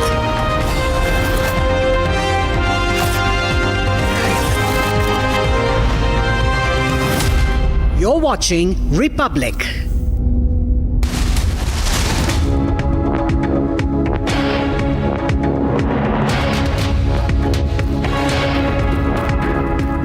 A very good evening, viewers. It's 5 p.m. and you're watching Republic TV. I'm Deepak Suresh Kumar. India has warned Pakistan. It has served an official notice seeking the review and modification of the Indus Treaty Pact because it has been historically lopsided. We'll get you all the latest details on that, but after a quick look at the headlines. Presented by Royal Global University. Northeast can't wait. Pado kuch bano.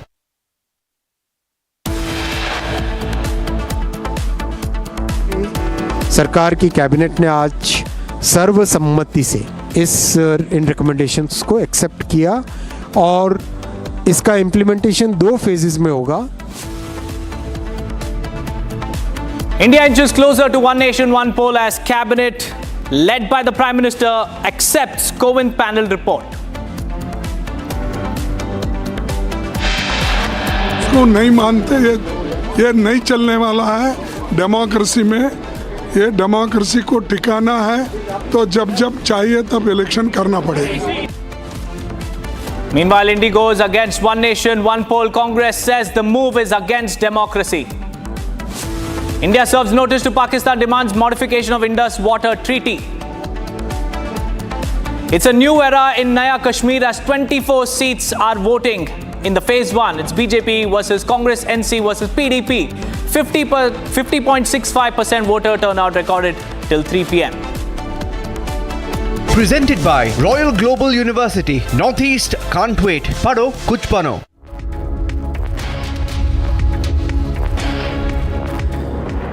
First up, viewers, in a significant step, India has served a formal notice to Pakistan regarding the Indus Water Treaty, seeking its review and also modification. Under Article 12, subsection 3 of the treaty, its provisions may from time to time be modified by a duty-ratified treaty concluded for that purpose between the two governments. Now, what is the Indus Water Treaty? The Indus Water Treaty has 2 sections. That is, one is India's rights and restrictions, under which India has the right to generate hydroelectricity. India can also use the waters of the western rivers without altering its flow. And the water from western rivers can be used through the run of the river projects. Along with that, viewers, India can also divert water without altering the flow. It can use the water for irrigation and also storage. And India can irrigate up to 13.4 lakh acres of land in Jammu and Kashmir and Ladakh. But currently, only 6.42 lakh acres are being irrigated with the help of these waters.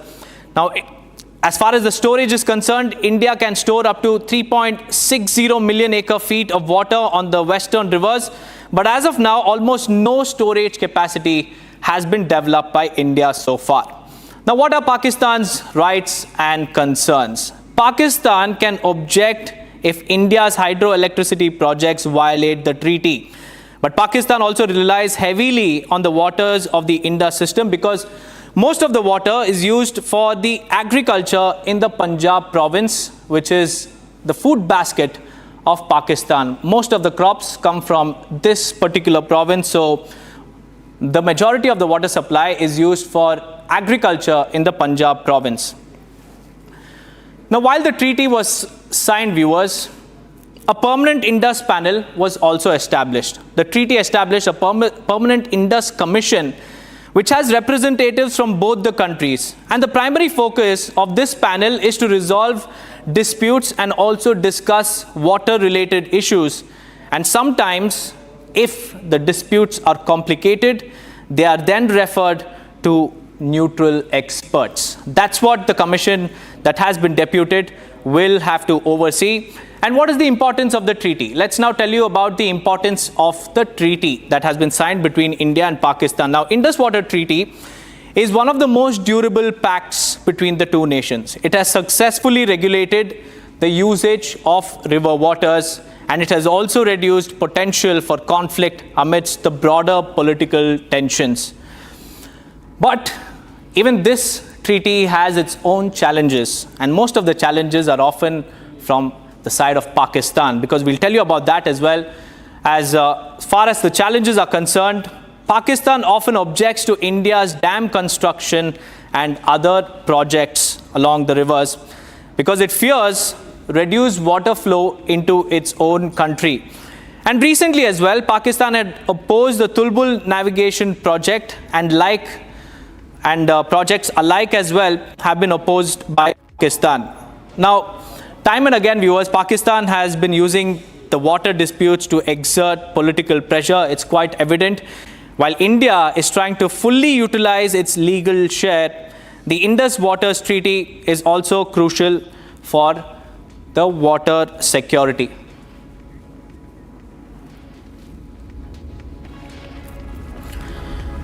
Now, viewers, we have guests joining us live on this broadcast. We have retired Major General Bishambar Dayal, a defense expert, and also Major General A.K. Siwaj. Firstly, Mr. Dayal, I'll come to you. How do you see this Indus water sharing treaty? Because historically it has been lopsided, because most of the rivers that that have been allocated for Pakistan don't even originate in Pakistan. See, it's a very complex subject. The sharing of water from Himalayas, right? When we look at from the east to west, then we are governed by treaties, and we are governed by certain ethics and certain certain precedences that have been set. As far as specifically to coming to Indus Water Treaty, I think it has withstood the test of time. Only thing is, India, there is no stopping India to exploit the full potential. There is a quantity of water that has been laid down that India agreed to allow to flow to Pakistan, right? So how it allows to flow, whether it, like we built a Salal Dam long ago in Riyasi, Jyotipuram, if you've been there, we built a Salal Dam, which is there now for many years, I think more than 30 years. Then we started the project in Doda, so on the Chenab, right? So initially, in the country, the infrastructure to build these dams, to create hydro power systems, or create these, the infrastructure was not so good. But now that the infrastructure is good, I personally feel we should exploit the maximum potential of this water, because water is becoming more and more scarce. And of course, it's a tool with India to sort out any issue with Pakistan. And if required, I mean, like I personally feel it. I've always maintained that after the nuclear thing, this is another very strong tool in the hands of India, because the water generates with us, its genesis is with us. We can control it, and we can dictate terms on this. So far, India has been a very mature state in this. It has considered the international, community and the sanctity of the treaty. So, considering that, I think so far India has done extremely well on the treaty. But Pakistan, whenever we want to sort out on this, I think we can do it. We have the controls with us. Right now, Major General Siwaj, now coming to you, using the water dispute as a political tool has always been Pakistan's, nefarious plot, and they have time and again exerted political pressure using the water dispute. How do you see this situation, being resolved between the two nations, if at all there is a resolution? You see, first of all, no doubt, this 1960 Indus Water Treaty is one of the best treaty which has been signed in the world, and it has stood. And, even 4 wars which have taken place between India and Pakistan, 1947, 48, 65, 71, and also the Kargil war, there was no impact on basically flow of water from India to Pakistan. And in fact, if you see this Indus Water Treaty, that it is tilted toward Pakistan more. We were much more, one can say, that large-hearted in the time of 1960, that we agreed, because there are one is Indus River and there are 5 tributaries. These eastern rivers, we have got unrestricted flow of water and we can utilize that. That is Byas, Satluj and Ravi. Whereas the western one, the Indus, Jhelum and Chenab, the Pakistani can use it. However, run of the river of these rivers also, that Indus, Jhelum and Chenab, we can utilize it. Earlier, we did not have a technology, we were not using it. Now, in Krishan Ganga, we have made that basically a Krishan Ganga